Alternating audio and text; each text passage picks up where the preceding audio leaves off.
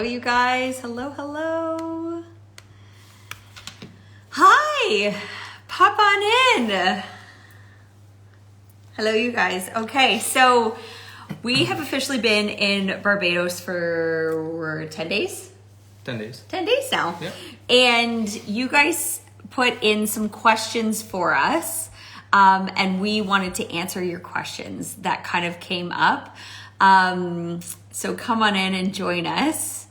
And if you're live right now, feel free to ask any questions. And even if you're catching the replay of this, you can ask questions as well. And we will, we're going to hop on frequently and answer because we keep getting lots and lots of questions. So we want to make sure that we're filling you guys in. So what was the first question? What was it like traveling with Eddie? What was it like traveling with Eddie? So you did a lot of the pre-stuff, so go ahead. So in order to get him to come with us, we had to, it was all timeline. So within 7 days of traveling, we had to have a full veterinarian checkup with him. That included heartworm test. He had already had his rabies vaccination, but a full medical basically had to be done on him. And then we had to take all of that paperwork and bring it to the Canadian Food Inspection Agency to be endorsed by a government and officiated veterinarian, I guess. So had to do that. We had his appointment on the Thursday before we went, brought the paperwork up to Sarnia on the Friday, got all that endorsed. There was a lot of, I don't want to call it restrictions, but a lot of things that we had to follow as far as getting him on the flight. So we booked his flight, I think it was like June 26th or 27th. And then on July 6th, Air Canada came out and was not taking any more pets on flights. So we got in just in time with that. We had to get a specific crate, the way the crate was constructed, all that kind of good stuff, right? So then we got to the airport, got him there, got him checked in as baggage, but the airport ticket counter lady didn't say where he was going to. And we were in the security line, and thank God we hadn't got through yet, but the lady who had taken him for the cargo came running up and screaming, basically, your dog's not going unless you go back to the ticket counter. So I hopped out of line, gave Dylan everything. I was like, you go on without me. I don't know how long this is going to take. So got back in, and thankfully the lady who got us, or like who had checked our bags initially the first time, was there. I politely made my way up into line directly to her. It's just like, look, I need this thing right now. She went back, worked her magic. We got that. Shipped Eddie off. Yeah. We landed in Barbados, and we had to deal with a broker here who then had to take him and bring him to it was called an animal reception center, where he has to be seen by a veterinarian here. Mm-hmm. And while we're waiting for our bags, the broker calls me on WhatsApp, and he's like, your dog's not here. That happened too. We were like, what? And we're like, what the shit? Our dog's not here. Okay. Turns out he just hadn't been unloaded yet. So it was way to work in the drama. Yeah. You can tell he's been hanging out with me a lot. It was a process, but Eddie arrived completely safe and sound. There was no issues with him. He traveled great. Well. He was tired. But yeah, we got him here. Yeah, he was a total rock star.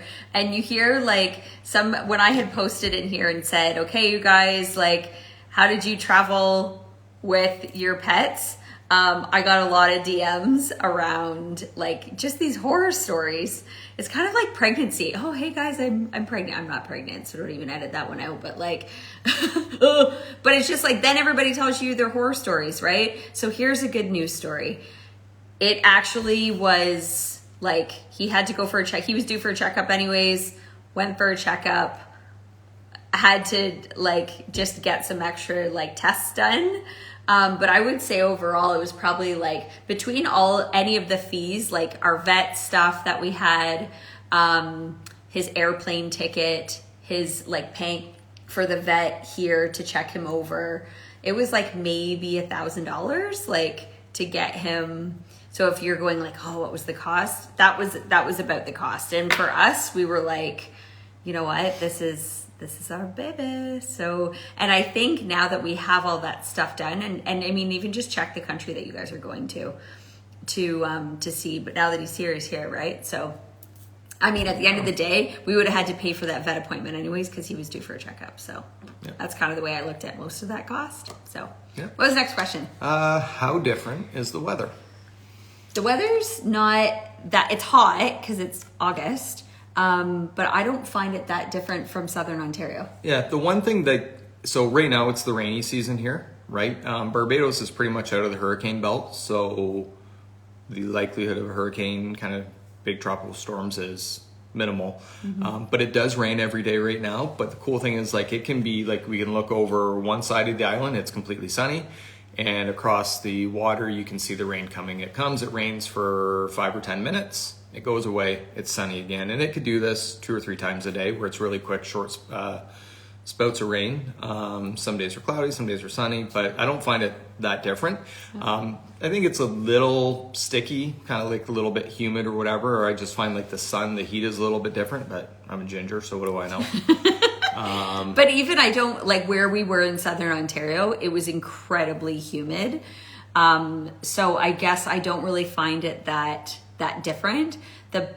The nice part about it is the water is so refreshing. Like every day we've just gone swimming. So, and the ocean here is like 80 degrees. It's like my kind of swimming weather.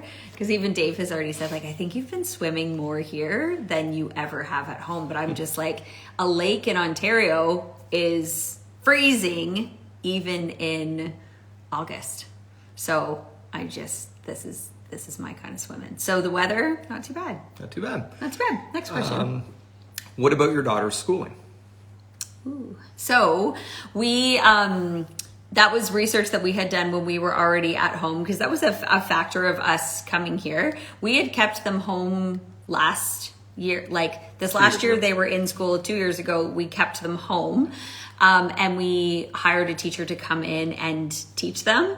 So we were open to whatever, but we knew that they had to be in school in Barbados. And it's just the socialization and them meeting new friends and like all that kind of stuff. We wanted them to have that stuff too.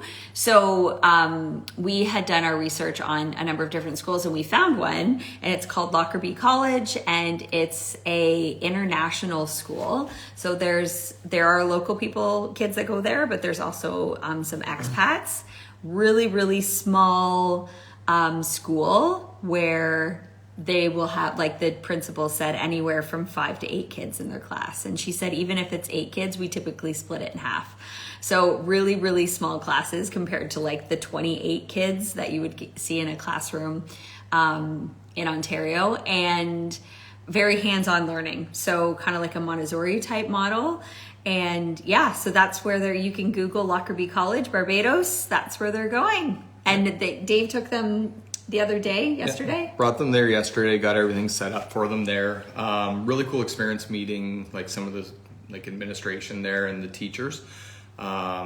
Very different in a sense, like that they get called by their first name, not Mr. or Mrs. whatever. The classrooms are, some are inside, some are outside. There's, piano set up there, right? Both of our girls play piano, and they're told anytime you just want to sit down and play the piano, you go play the piano. If it's on your lunch or if it's on a break, go play the piano. Go outside. So it's going to be a really different structure for them. But even like their feedback from going there yesterday was they liked it, right? I think they recognized it was different than Tecumseh Public School where they're at. But I think that they're also embracing the change, and they had a very good experience there yesterday. Yeah. And they just, when they came home, they told me, like initially our oldest daughter, who's a little bit, how you have that one, she was like, oh, I'm kind of scared to go. But then she goes, Mom, I'm not scared at all. Like the people were so nice. And we've experienced that. The people in Barbados are crazy nice all the time. Like we haven't had a bad experience. The people are so, so nice here. So we didn't expect anything less at their school. But their teachers, it's more, like Dave said, it's a little bit more informal. And because they're not like sitting in a desk and doing that, we'll keep you guys posted on how that looks. But you can look up Lockerbie College. There you go. What made you guys make this jump? It's a loaded question. It is a loaded question. Why not? Yeah, I think over the last we've always been travelers. And definitely losing the ability to travel during COVID with restrictions. We realized how much we definitely missed it. But always, I think, over years that we've been traveling, we'd cruise somewhere, we'd get to a port, we'd meet somebody who was Canadian that had opened up a shop or had done something. And we'd always said, like, wouldn't that be really cool one day, just like to pack up and move to the islands and do all this kind of stuff, right? But you, at those point in times, you know, you always think of, why can't I do this, right? And instead, we started thinking about, why can we do this? And I'm a travel research geek. So back in like late January, I was just kind of like looking up some stuff, and this, it's called the Barbados Welcome Stamp. Like an article popped up for it, and I kind of started looking at it and did some research on Barbados. It checked all the boxes. It was safe, out of the hurricane belt, English speaking, good medical system, good education system. And it was just kind of one of those, the question came down to, if 10 years were to go by and we didn't do this, would we look back and regret not taking this opportunity? And we were both like, that was a solid 100% yes was the answer to that we would definitely regret it. So we applied, we got accepted.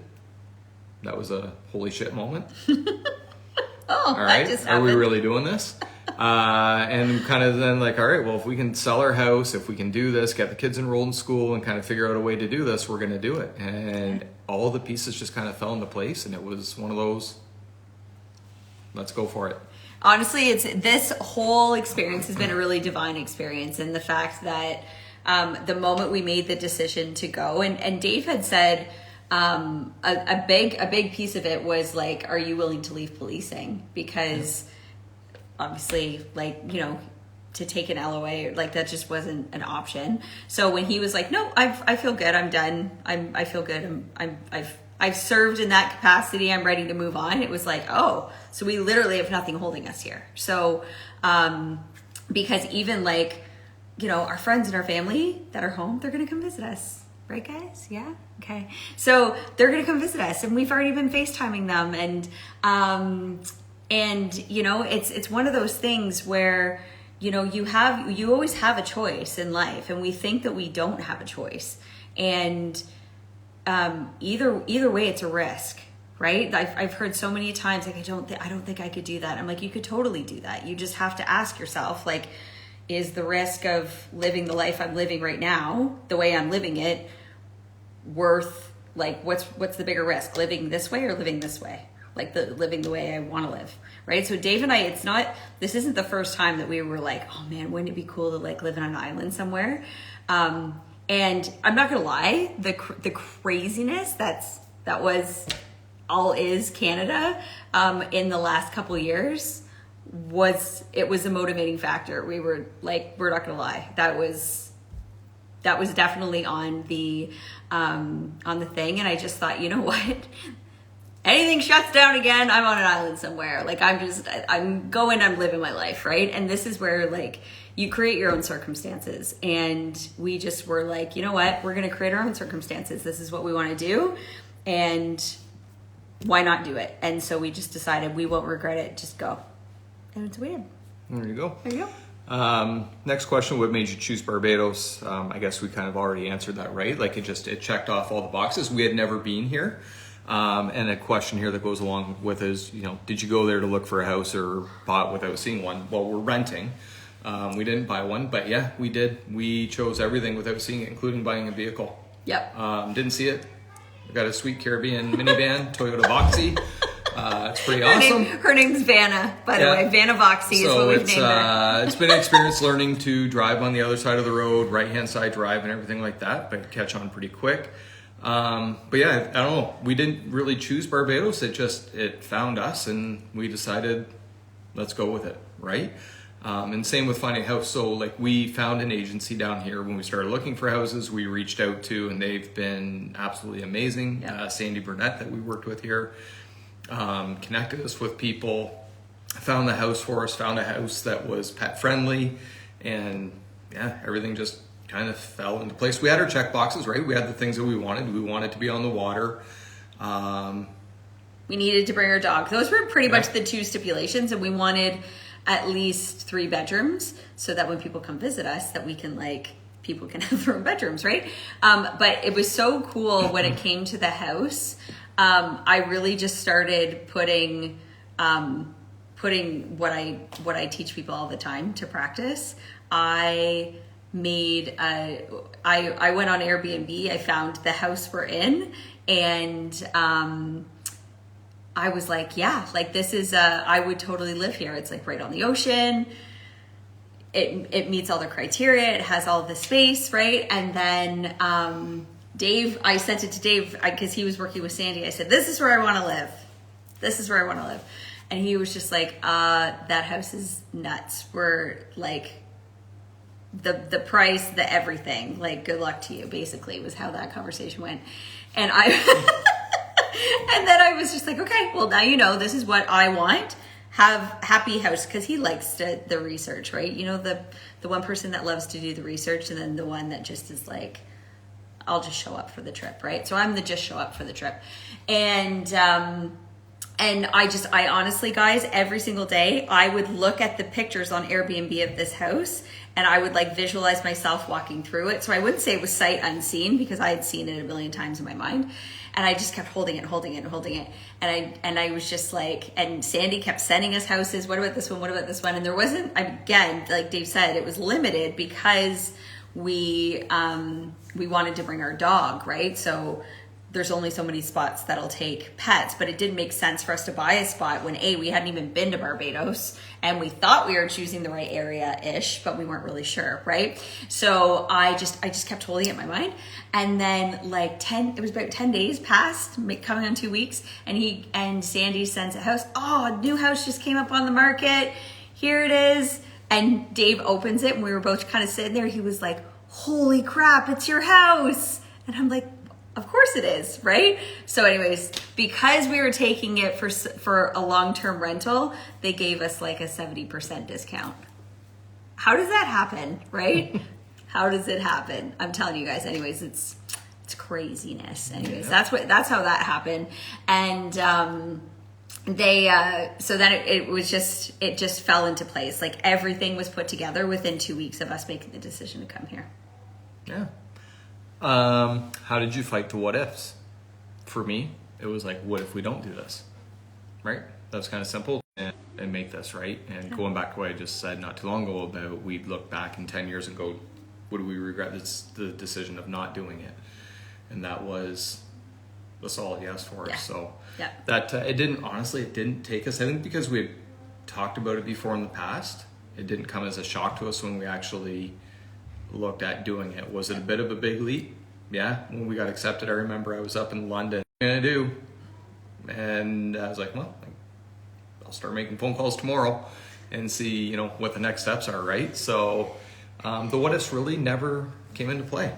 Yeah, we've pretty much immuned ourselves against the what ifs. I mean, once you make one big jump, and I would say, 8 years ago when I decided to leave my corporate job and go all in with my own business, that was like a big leap, right? And with this one, it was like, okay, well, now Dave was deciding to leave his corporate job. Okay, well, I guess that's a big leap too. So everything's all relative, right? So we kept our kids involved the entire time. Like the moment we got accepted to the visa, we were like, hey girls, like, how do you feel about going on a adventure for a year? And they were all in. Like Allie literally said, can the dog come? We were like, yes, 100%. And can I ride horses there? Yes, 100%. She's like, I'm in, right? So, so simple. That was her only criteria.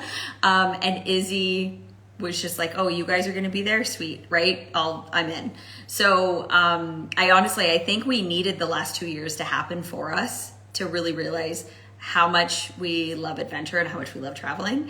And like how much you can kind of be in your own, like who your people are, right? Like there was a chunk of time where it was just we were hanging out with each other anyways. We may as well be hanging out with each other on the beach.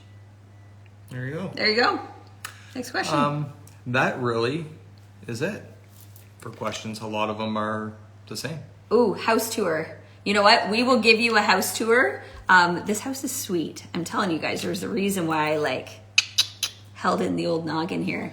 We'll do a video we'll of just a house tour video. Yeah, we'll do a separate video on that. But if you guys have any questions, feel free to drop them in the chat. And you know what? We hear it all the time, you guys. Like, oh, I'm seeing it in the chat right now. I'm so inspired. That's so amazing.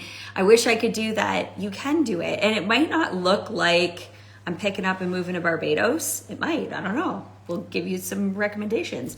But it's basically, what I hear people say is, I wish I could make decisions about my own life. And the truth is that you can, because it's your life. I know it seems so simple, right? But with the moment you start looking at your life as yours and not owned by anybody else, like it's not owned by your manager, it's not owned by your government, it's not owned by your partner or your kids or your parents, or it's not owned by them, it's owned by you. And you can only get, from what we know, we only get one of them, right? So that's kind of when you look at it from that perspective, it makes you kind of go like, okay, what else is possible? Okay, so I love that, as long as it gets you thinking just a little bit differently, then that's the goal. But thank you guys so much for your questions. For those that are on live right now, you guys are awesome. Everybody comes to visit. Pay attention, you guys. I'm actually going to be I'm going to do a couple of retreats while I'm here. I'm like, if I'm living in Barbados, we're doing retreats. So keep your eyes open for that. That's coming too. Deal? Awesome. Have a good day, you guys. Bye-bye. Bye. See you guys.